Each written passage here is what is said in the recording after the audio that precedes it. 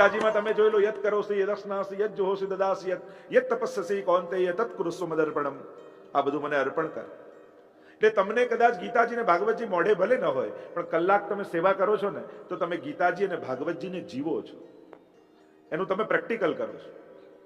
તમે ગીતાજી મોઢે થઈ જાય, રોજ બોલતો હોય કે યત કરોસી યદસ્નાસી યદ જોહોસી દદાસી યત તપસ્સસી કૌંતેય તત કુરુસ્વ મદર્પણમ. આ બધું મને અર્પણ કર.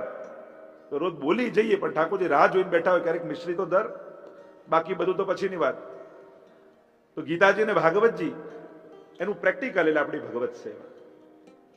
સર્વોપરી ભગવત સેવાને કહી છે, અને એ જ સર્વોત્તમ કર્મ કરો તું કાય. વૃત્રાસુરે પણ કહ્યું ને, શ્રેષ્ઠ કર્મ કરો તું કાય. આ દેહ દ્વારા ભગવત સેવા થાય. તમારું મન જ્યાં જતું હોય ત્યાં જવા દો, જરાય ચિંતા ન કરો. શરીરને ગમે ત્યાં ન જવા દીધા. કલિયુગમાં છે ને, મનના વિચારો પાપ નથી, કારણ કે મન આપણા હાથમાં હોય તો લગાઈએ ને, પણ બે ડગલા પણ ખોટા રસ્તે ન ભરાય એના માટે સાવધાન રહેજો. આપણે બધા મનનું એટલું ટેન્શન રાખીએ છીએ, મન નથી લાગતું, મન ભટકે છે, મનમાં વિચાર આવે, મન તો મનને જે કરવું હોય કરવા દો, ચિંતા જ ન કરો. 11 ઇન્દ્રિયોમાંની એક ઇન્દ્રિય મન છે. હવે એક ઇન્દ્રિય ભટકતી હોય તો 10 ઇન્દ્રિયો શું બગાડ્યું છે? આંખ તો તમારા કંટ્રોલમાં છે ને, એનાથી દર્શન કરો, ભલે મન ન લાગે. ક્યાં સુધી મન ભટકતું રહેશે? ક્યાં સુધી ભટકતું રહેશે? જ્યાં શરીર છે, કારણ કે શરીર એનું ઘર છે. ફરતા ફરતા માણસ ગમે ભટકતો હોય ને, સાંજે તો ઘરે આવવું જ પડે. આ મન ગમે તેટલું ભટકે, છેલ્લે તો શરીરે આવવું જ પડશે. મન પંછી તબ લગી ઉડે, વિષય વાસના માય, પ્રેમ બાજ કી ઝપટ में जब लगायो ना. આ મન ક્યાં લાગે? જ્યાં એને પ્રેમ હોય. બસ કૃષ્ણને પ્રેમ કરો, મન લગાડવું જ નહીં પડે, મન ત્યાં આવી જ જશે. અને જ્યાં પ્રેમ છે ત્યાં મનને આવવું જ પડે. અને એટલા માટે અમારા રસકાનજી તો કહે કે તમારું મન કેવું કે માનો ગુડકી મખિયા, ગોળની માખી હોય ને, એ કેટલી ઢેલા પરથી ઉડાડો ગોળના, ઉડી ઉડીને પાછી ત્યાં જ આવીને બેસે, મરી જાય પણ છોડે નહીં ગોળને. બસ એમ જ આ મનને જ્યારે મોહન ભાઈ જશે ને, ગમે તેટલું ઉડાડશો, ફરી ફરીને આવી જશે. જૈસે જહાજ કો પંછી ઉડ પુન જહાજ પે આવે. આ મન એ તો સદાય કૃષ્ણના ચરણોમાં રહે. જેમ આખું જહાજમાં ઉડતું રહે મન, જેમ પંક્ષી કેવું હોય, એને થાય કે જહાજમાં ઉડું, જહાજમાં બેસી જાય ને જહાજ મધદરી આવી જાય, અને પછી એને થાય કે ઉડીને કિનારે આવી જાઉં. અને જ્યાં પાકો ફેલાવીને ઉડવાની કોશિશ કરે, કોઈ બેસવાની જગ્યા ન દેખાય, એટલે પાછું જહાજમાં આવીને બેસી જાય.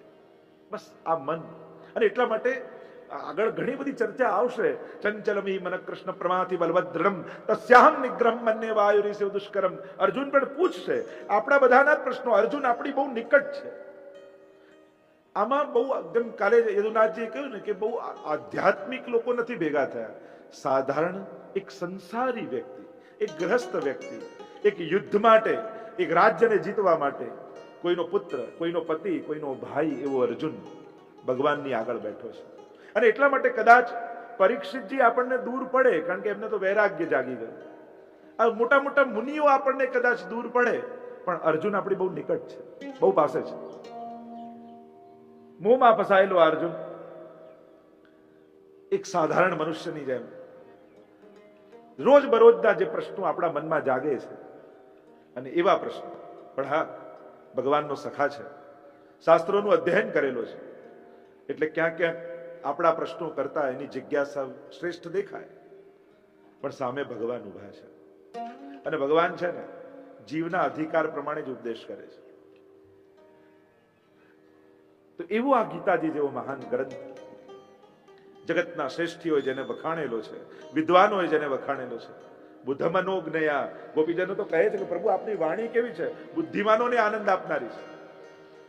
ભાગવતજીમાં ગોપીઓએ ગાયેલા ગીત છે, અને ગીતાજી એટલે ભગવાને ગાયેલું ગીત. ભગવાને ગાયેલું ગીત. અને ભગવાને ગાયેલું ગીત કેવું? જો ભાગવતજીના ગીતો ગોપીઓએ ગાયેલા, એક પ્રેમમાં રંગાયેલી ગોપીઓ. ગવ્ય ઇતિ ગીતા, ગીતાની વ્યાખ્યા જ કરી, જે ગવાયેલી છે. ભગવાને કહી નથી, ભગવાને ગાઈ છે.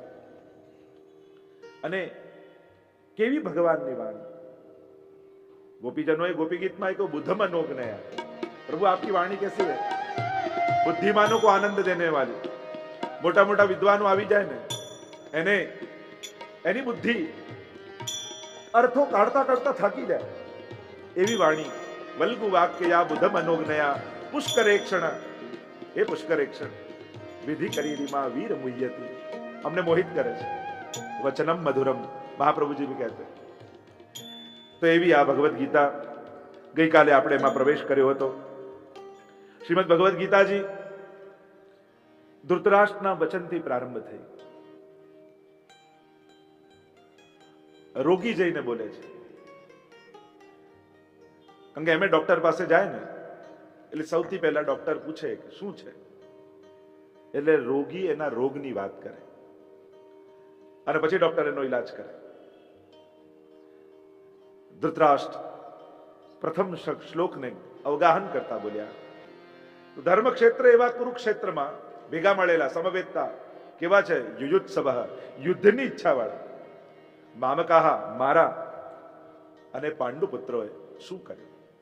ગીતાજીની શરૂઆત જ મામકાથી થઈ. મારા શું કરે છે?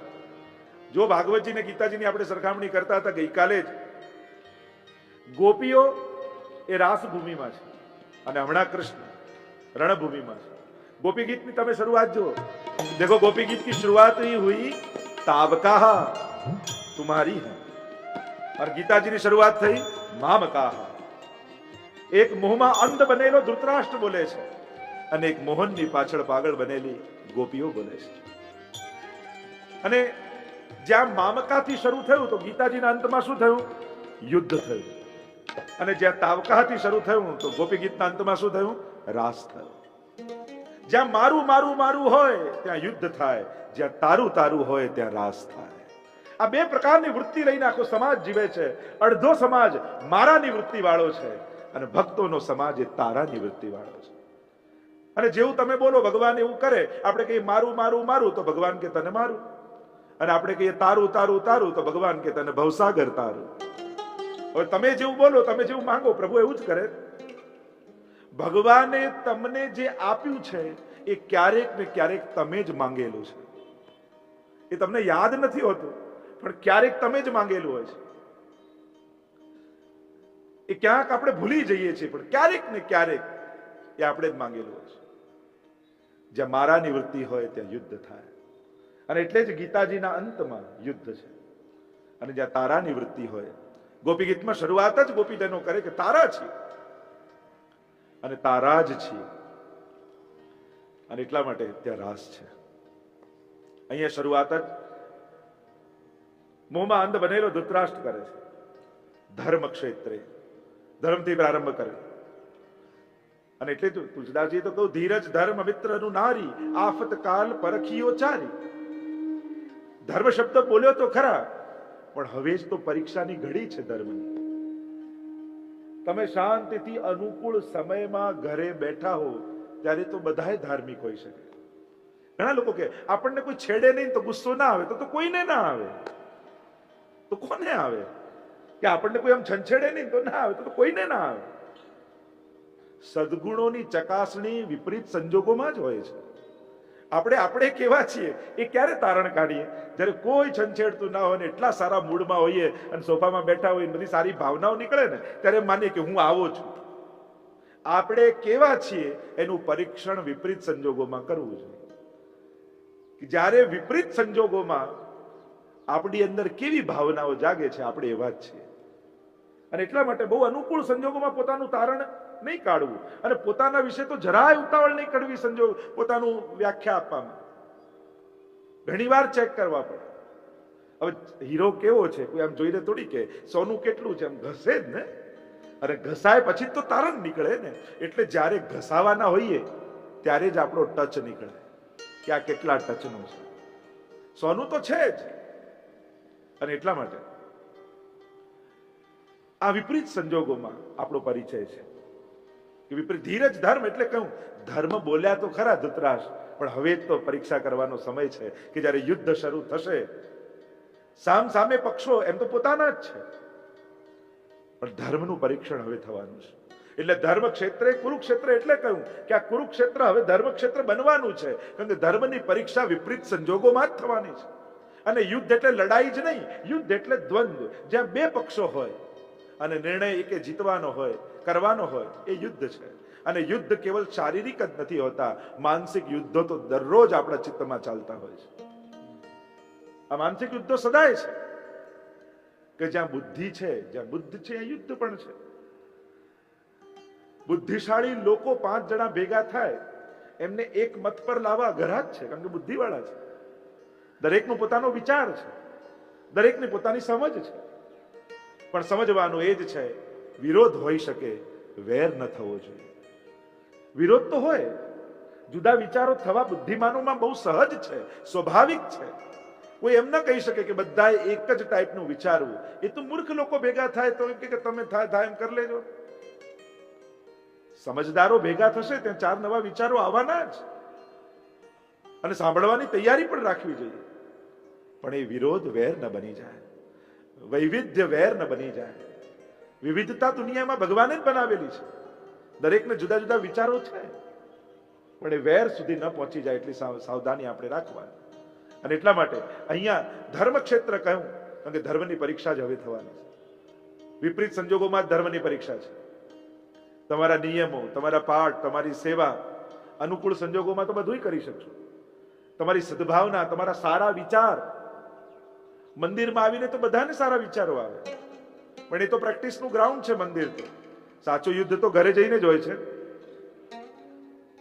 જમવાનો ટાઈમ થઈ ગયો ને ભૂખ્યા થઈને ઓફિસેથી ઘરે આવ્યા હોય અને જમવામાં અડધું કલાક પીરસવામાં મોડું થાય, ત્યારે તમે કેટલા શાંત રહી શકો છો?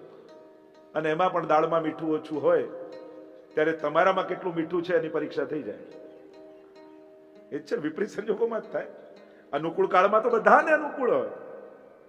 અને એટલા માટે આ ઘરમાં ચાલતા, મનમાં ચાલતા યુદ્ધોનું સમાધાન ભગવાન આપે છે. કારણ કે એ શારીરિક યુદ્ધ તો હજી અર્જુન લડ્યો જ નથી. ભગવાને કયા યુદ્ધનું સમાધાન આપ્યું કે જે અર્જુનના મનમાં ચાલી રહ્યો છે.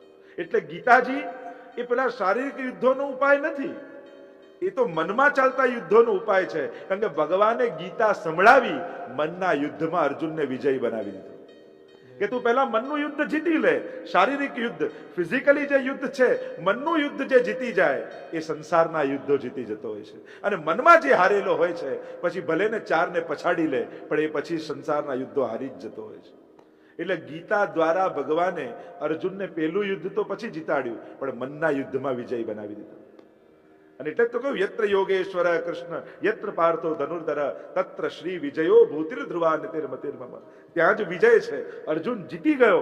કઈ ક્ષણે જીત્યો અર્જુન કે નષ્ટો મોહ સ્મૃતિર્લબ્ધા તત્પ્રસાદાન મયા ચિત સ્થિતોસ્મિ ગત સંદેહ કરીશ્યે વચનમ તવ.